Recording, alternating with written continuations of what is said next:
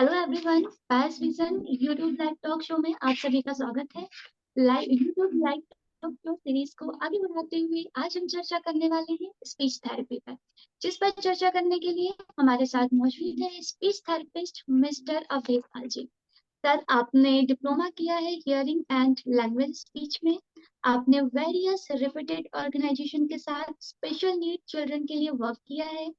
Voice disorder, delayed speech and language, stammering, hearing impairment, ADHD, autism, Down syndrome, learning disability जैसे areas में आपका specialisation रहा है।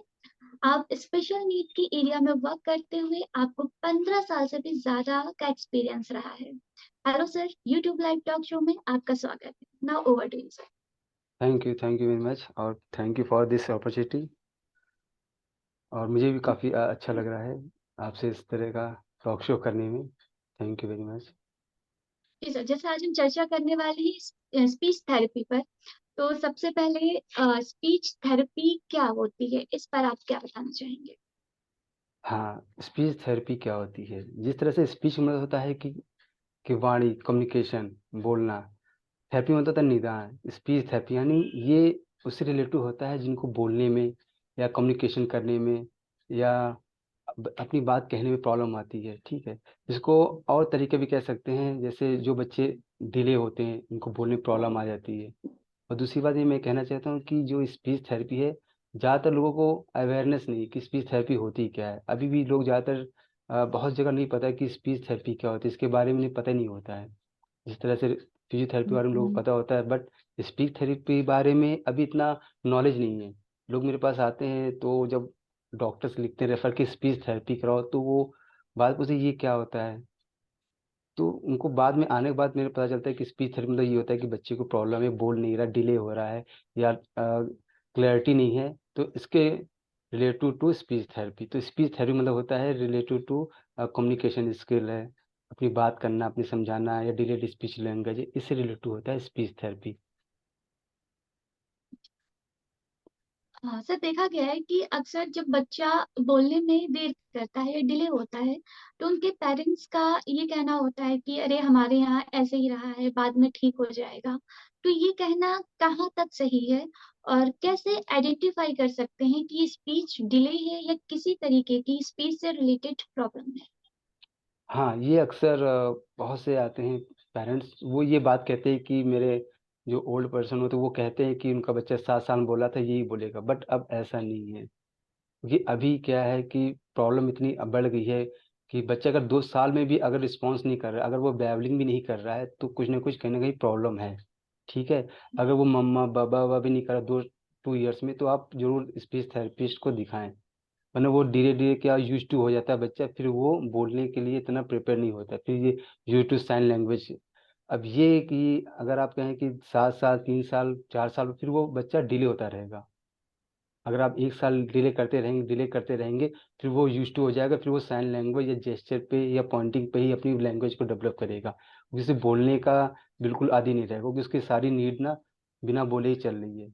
इसलिए 2 साल का अगर बच्चे में प्रॉब्लम आ रही, तो आप जरूर स्पीच थेरेपी दिखाएं। और ये कहते ही नहीं है कि वो 7 साल में बोलेगा, वो फिर बहुत बच्चा डिले हो जाएगा, फिर बोलने में काफ़ी कठिनाई का सामना करना पड़ेगा उसे। जी। हाँ, तो सर हम ये कह सकते हैं कि अगर बच्चा 2 साल तक नहीं बोला है तो उसे जरूर किसी न किसी थेरेपिस्ट या दिखाना चाहिए उसे। हाँ, किसी किसी चाइल्ड स्पेशलिस्ट हो या रिहेबिलिटेशन सेंटर हो या साइकोलॉजिस्ट हो, इन जरूर दिखाना चाहिए। इससे ही पता जी। चलेगा कि बच्चे में क्या रीज़न है, क्यों नहीं जी। बोल रहा है। हम्म। जी। ऐसे क्या सिम्टम्स होते हैं जिनसे थ्रू पेरेंट्स घर पे आसानी से पहचान सकते हैं कि हमारे बच्चे को स्पीच से रिलेटेड प्रॉब्लम हो गई है? हाँ, ये अच्छा क्वेश्चन है। इसमें बहुत सारे ऐसे रीज़न आ जाते हैं, जैसे बच्चा 2 साल का हो रहा है या 1.5 2 साल हो रहा है, बच्चा मूव नहीं कर रहा है या आपकी बातों को इग्नोर कर रहा है या ध्यान आई कांटेक्ट नहीं दे रहा है, तो उससे भी स्पीच का प्रॉब्लम आ सकता है कि बच्चा मेरी बातों को समझ नहीं रहा है, ठीक है। अटेंशन नहीं होना, सिटिंग बिहेवियर नहीं है, बच्चा इसका बैठ नहीं पा रहा है, ठीक है। जी। तो ये सब रिलेटिव स्पीच थेरेपी में आती है कि बच्चा ना बैठ पा रहा है, सही से एक जगह स्थान नहीं है, और ना ही वो किसी चीज़ को आइडेंटिफाई कर रहा है, या हमारे कहने पे वो रिस्पॉन्स कर रहा है, सिर्फ करके ही रिस्पॉन्स कर रहा है। तो उससे ही पेरेंट्स समझ जाए कि इसको ये क्यों नहीं बोला। 2 साल में बच्चे काफ़ी कुछ one word two word phrases one word बोलने लगता है। तो ये जज कर सकते हैं कि 2 साल में बच्चा सिर्फ आ ई यू कर रहा है, इसमें वो कॉन्सोनेंट वाले वर्ड मम्मा बाबा इसका यूज नहीं कर रहा है। ठीक है, तो ये एक स्पेसिफिक कि बच्चे का 3 चीज जरूर देखने की, आई कांटेक्ट, अटेंशन और सिटिंग बिहेवियर। अगर ये तीनों चीज में प्रॉब्लम है तो जरूर आप दिखाएं, इससे आप जज कर ले कि इसको कुछ ना कुछ कहीं ना प्रॉब्लम है। जी। Eye contact, attention and sitting behaviour, ये सिटिंग मेन बिहेवियर सिम्टम्स हैं जिनसे कि पेरेंट्स पहचान सकते हैं। जान सकते हैं जी। जी। सर, क्या किसी भी एज ग्रुप में स्पीच का इश्यू हो सकता है? और अगर किसी को लेट एज में स्टैमरिंग या अदर इश्यूज होते हैं, तो क्या स्पीच थेरेपी उन पे वर्क करती है? आ, ये डिपेंड करता है एज के ऊपर। जैसे जी। स्टैमरिंग ये 4 ईयर या 5 ईयर से स्टार्ट होता है कि जी। बच्चा बहुत ही जैसे स्टैमरिंग मतलब होता है कि अपनी बात को कहने में बहुत ही स्पीड में बात जो करते हैं, जैसे क क क क का जो बहुत ही स्पीड या बहुत चंचल बच्चे होते हैं, कभी कभी बहुत अपनी बात को जल्दी कहना चाहते हैं, उनमें स्टैमरिंग प्रॉब्लम आ जाती है। बट जी। इसका भी एक टाइमिंग है कि आप 10 से 15 साल में अगर आप करें तो ज़्यादा बेटर रहता है। अगर आप 20 साल बाद या 25 साल, फिर वो बड़ा मुश्किल होता है प्रॉब्लम सॉल्व करना, क्योंकि वो यूज टू हो जाते हैं वो लैंग्वेज को स्टार्ट करते करते, क्योंकि इतनी सालों से वही भाषा को वो यूज़ कर रहे हैं ना, तो इतनी जल्दी फिर वो जाता नहीं है। ठीक है, तो इसका जो टाइमिंग है कि 10 साल या 15 साल के अंदर ही आप दिखा सकें। ज़्यादा लॉन्ग टर्म होगा जी। तो बहुत प्रॉब्लम आ जाएगी, फिर वो उसको निवारण करने के लिए प्रॉब्लम आती है। मेरे पास जैसे आते हैं जैसे 30 ईयर से 35, वो समझा देते हैं बट वो उसको कन्वर्ट नहीं कर पाते, क्योंकि उनको इतने सालों की वही लैंग्वेज को यूज़ कर रहे वो इतनी जल्दी नहीं जाने वाली है। और उसको जी। जो हम ट्रिक बताते हैं वो ट्रिक यूज़ तो करते हैं बट वो यूज़फुल नहीं हो पाती है। इसलिए ये जी। चीज़ें जितनी जल्दी अर्ली इंटरव्यूकेशन कहते हैं ना, कि जितनी जल्दी आप इसको जज करके तुरंत काम करें जी। तभी सही होगा। ठीक है, ये और जी। ये एज ग्रुप में क्या है कि ऐसा होता नहीं है कि 15 साल बाद नहीं, ये 5 ईयर तक ही डेवलप होता है प्रॉब्लम अगर आती है, उसके बाद नहीं है। फिर तो यह एक्सीडेंटल हो गया, जिनको एक्सीडेंट हो गया उसमें वॉइस चली गई, वो एक अलग है मैटर है भाई। बाई बर्थ वाला जो 5 ईयर तक ही हो सकता है। जी।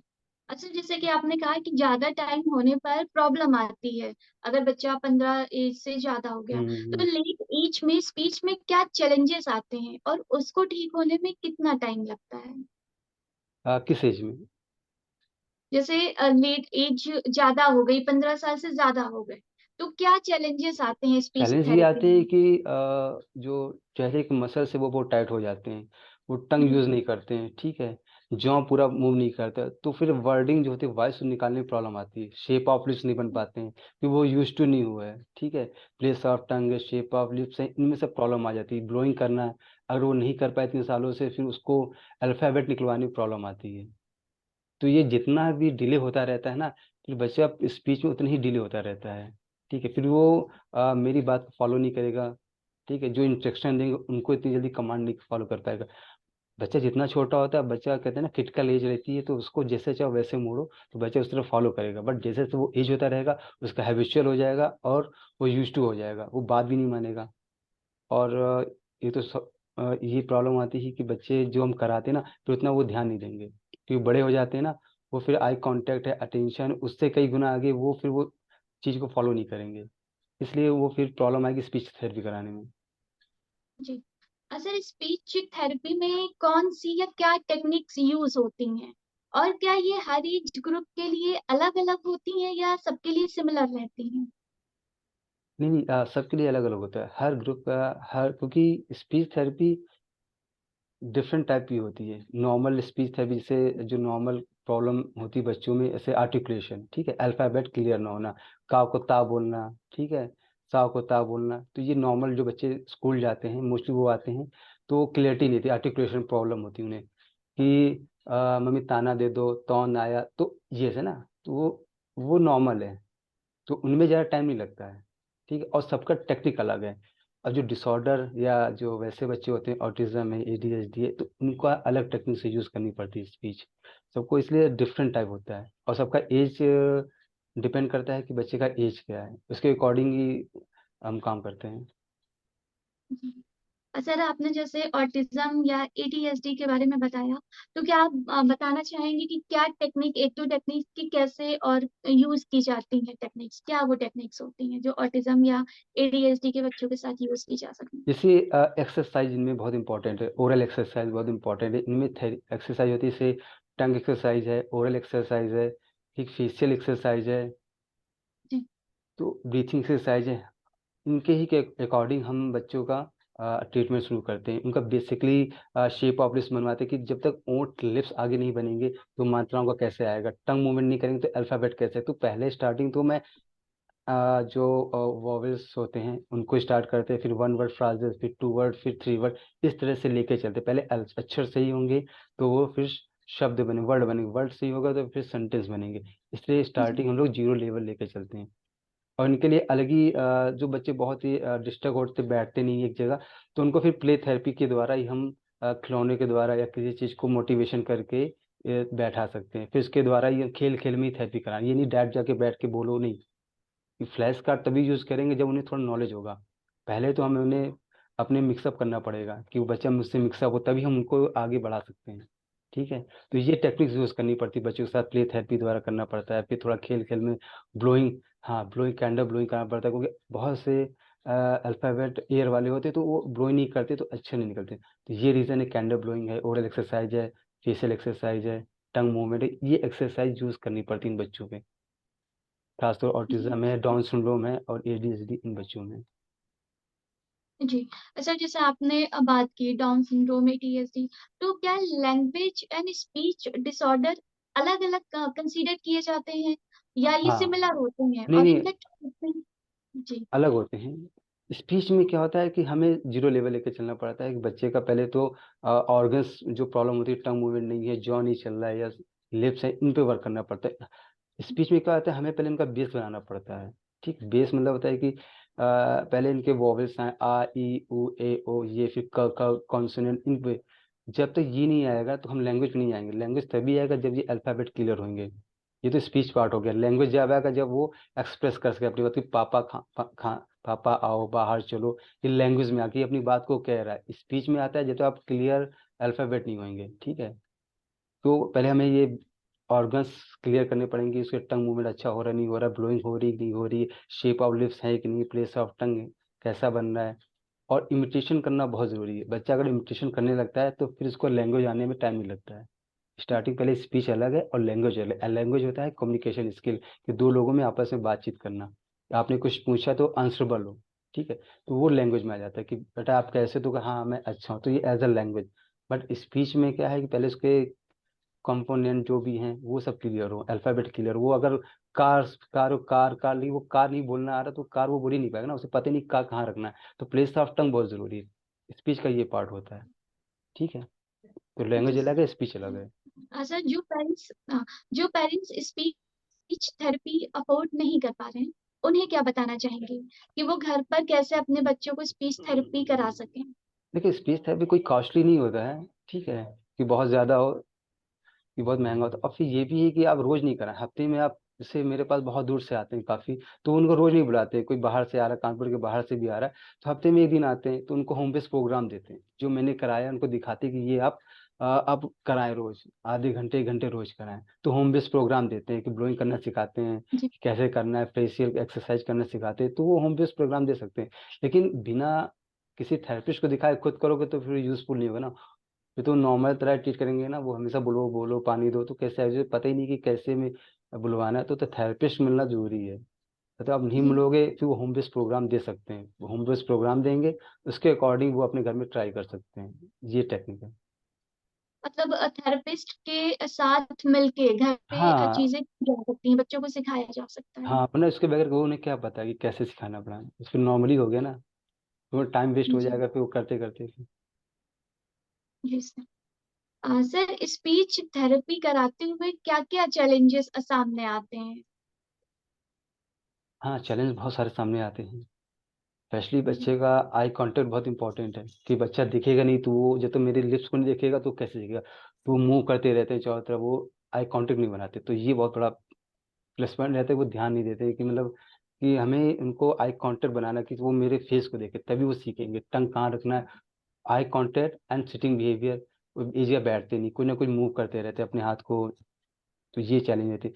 और दूसरी चीज़ ये कि बच्चा जितना जल्दी हमको फॉलो करेगा उतनी जल्दी इम्प्रूवमेंट होता है। ये डिपेंड हम लोग बच्चे पे रहते हैं कि बच्चा कितना कॉपरेट कर रहा है। ठीक। और स्पीच थेरेपी में क्या होता है, बहुत सारे टेक्निकल यूज़ भी करने पड़ते हैं, ट्रिक भी लगाना पड़ता है, टंग कैसे निकलवाना है उसका भी यूज़ करना पड़ता है। तो मेन होता है वो कोऑपरेटिव, बच्चा कितना कोऑपरेट कर रहा है उसके अकॉर्डिंग। और चैलेंज ये है कि कभी हम लोग यूज़ करते हैं, कैंडल का यूज़ करते हैं, आइसक्रीम स्टिक का यूज़ करते हैं, तो ये हमें टर्न करना पड़ता है। तो कभी के बच्चे बहुत हाइपर या एग्रेसिव हो जाते हैं तो लग भी जाती है, तो ये सब बड़ा ध्यान देना पड़ता है। कैंडल कराए तो वो कभी के कैंडल को पकड़ भी लेते हैं, तो आगे से बचाना भी होता है, तो बहुत सारे चैलेंज होते हैं। तो जी मतलब सावधानी से ही स्पीच थेरेपी करनी होती है अगर ये सब जी कंपोनेंट यूज़ कर रहे हैं।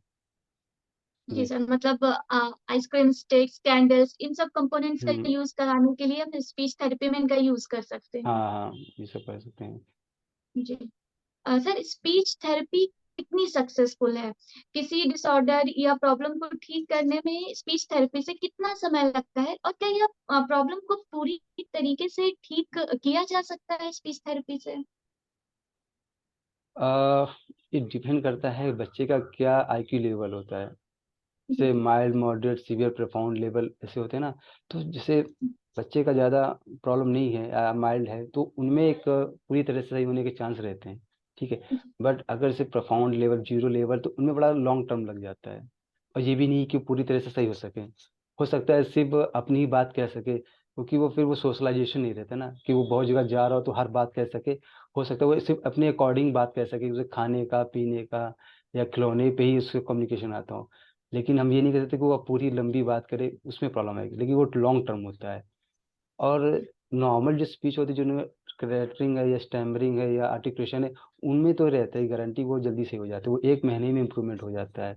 क्योंकि उसमें बस बताना होता है बच्चे को, वो बच्चे समझदार होते हैं, आईक्यू लेवल अच्छा होता है, तो वो सही है। बट इनमें ऑटिज्म, डाउन सिंड्रोम, एडीएचडी, इनमें थोड़ा टाइम लग जाता है कराने में, क्योंकि जी बच्चे को समझने में टाइम लगता है और चीज़ों को फॉलो करने में भी थोड़ा डिले होता है। जी। तो जैसे सर आपने कहा, डाउन सिंड्रोम, एडीएचडी या ऑटिज्म ये ज्यादा समय लेते हैं, हम्म। और इसी के साथ साथ हमें आईक्यू लेवल भी देखना होता देखना है। होता है, डिपेंड करता है जी। IQ level. माइंड लेवल पे अगर आईक्यू लेवल है तो बच्चा जल्दी ठीक हो सकता है, स्पीच से रिलेटेड हम्म। प्रॉब्लम की दूर हो सकती है। लेकिन हम्म। प्रोफाउंड और सीवियरिटी में ज्यादा टाइम थोड़ा लगता टाइम है। लग जाता है, हाँ।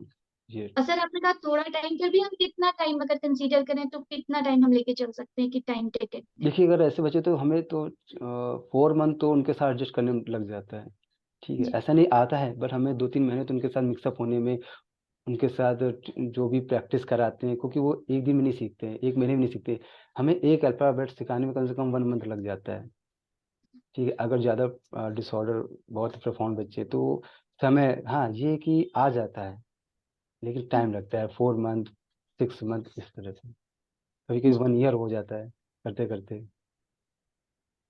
अक्सर जिन बच्चों में स्पीच से रिलेटेड प्रॉब्लम होती है, अक्सर उनके पेरेंट्स बहुत ज्यादा परेशान हो जाते हैं कि बोल ही नहीं रहा है, अब हम कैसे करें? तो उनके लिए आप क्या कहना चाहेंगे, उन्हें क्या टिप्स देना चाहेंगे?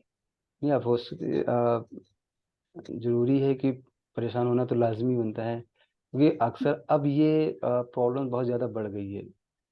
क्योंकि लॉकडाउन के बाद बच्चे ज़्यादातर यूट्यूब या ये सब देखने लगे ना, तो उसमें मोस्टली क्या होता है कि सिर्फ़ देखते रहते हैं। जो इनका टाइम होता है ना, 2.5 से 3.5 साल का एज होता है बोलने वाला, उसमें वो सिर्फ़ मान लो यूट्यूब ही देख रहे हैं, तो वो फिर बोलने का जो टाइम होता है वो निकल जाता है, वो देख रहे हैं। बहुत से मेरे जी पास ऐसे बच्चे आए हैं जो नॉर्मल हैं, बट वो बोलना नहीं चाह रहे, only for the use the sign language, हैं, जेस्चर, पॉइंटिंग ये कर रहे हैं। तो मैंने उनको स्पीच कराई तो मुझे 4-5 महीने लग गए, और उन्हें कोई जी प्रॉब्लम नहीं, ना आईक्यू प्रॉब्लम है, ना हियरिंग प्रॉब्लम है, कुछ नहीं। बट क्या है कि उनकी आदत जो यूज्ड टू है ना, वो बिना बोले उनका काम चल रहा है।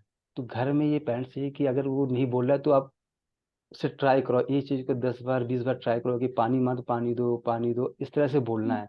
अगर आप बिना बोले दे दे तो वो समझ जाएगा हमारी भाषा तो यही है, बिना बोले मिल रहा है, फिर वो ट्राई नहीं करेंगे बोलने का, फिर वो यूज टू हो जाएंगे। तो ये पेरेंट्स को मैं अक्सर सबको ये समझाता हूँ कि जब तक वो कुछ नहीं बोल रहा है, हाँ भी करे ना करे, तभी आप कुछ दो। बिना बोले या दोगे तो फिर वो समझ जाएगा कि मुझे बिना बोले सब कुछ मिल रहा है, तो मैं क्यों बोलूँ। ये प्रॉब्लम है। और मोबाइल बहुत बड़ा रीज़न है जो बच्चे आजकल बोल नहीं पा रहे हैं। मैं बहुत जगह आता हूँ तो मोबाइल बगैर बच्चे खाना भी नहीं खाते हैं। कभी कभी उसके अकॉर्डिंग मोबाइल द्वारा वो फिर जब तक दिखाओ तो वो बोलेंगे भी नहीं, फंक्शन भी नहीं करेंगे, कुछ टंग निकालना है, कुछ करना है, तो मोबाइल के कारण यूट्यूब है जो, तो उसके कारण बच्चों में बहुत प्रॉब्लम आ रही है स्पीच में, क्योंकि वो देखते हैं बोलते कुछ नहीं है। और कभी कभी कार्टून देखते भी हैं जो बच्चे होते हैं तो उनकी कॉपी करते हैं, तो वो भी एक प्रॉब्लम करता है कि कॉपी कर रहे हैं तो उसकी लैंग्वेज बोल रहे हैं, कि कार्टून लैंग्वेज अलग होती है, नॉर्मल नहीं होती ना। तो ये सब स्पीच रिलेटिव में उनको प्रॉब्लम क्रिएट करता है। जी, सर आपने कहा कि बच्चे कार्टून देखते हैं उन्हें कॉपी करते हैं तो उनके जैसे बोलने लगते हैं, तो ये भी स्पीच में प्रॉब्लम क्रिएट करता है। हाँ तो हाँ सर हाँ। क्या रीजन होते हैं कि बच्चों को speech जैसे रिलेटेड प्रॉब्लम हो जाती है? इसके क्या कारण हो सकते हैं?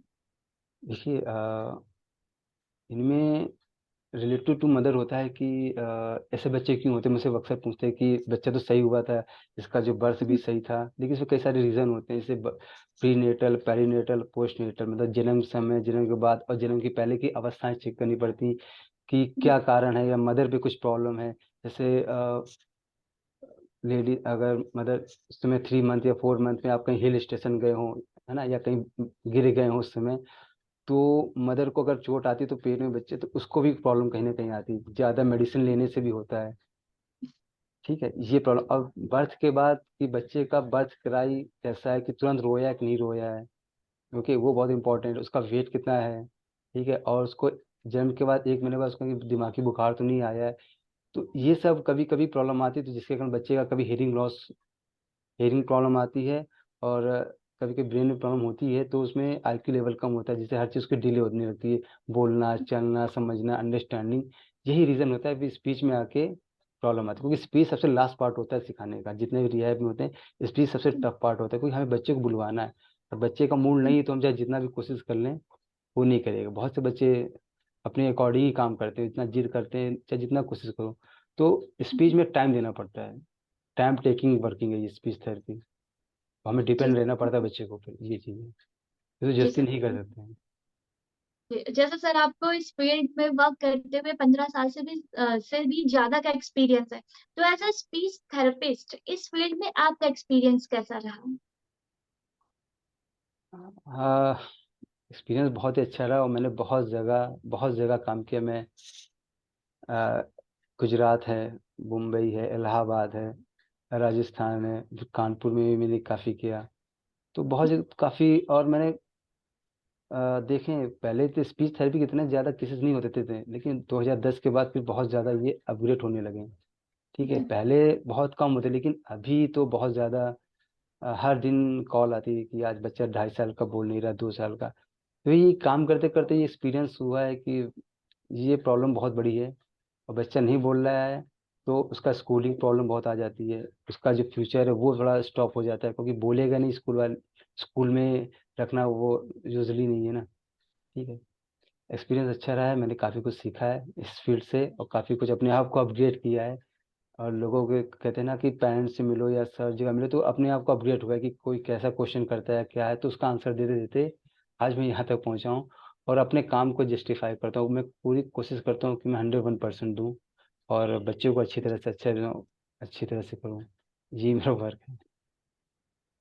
जी, thank you so much sir, आपने बहुत ही अच्छी इन्फॉर्मेशन हमारे साथ साझा की। आई होप हमारे पेरेंट्स जो भी लोग इसे देख रहे होंगे वो उनके लिए हेल्पफुल रहेगी। And thank you so much everyone.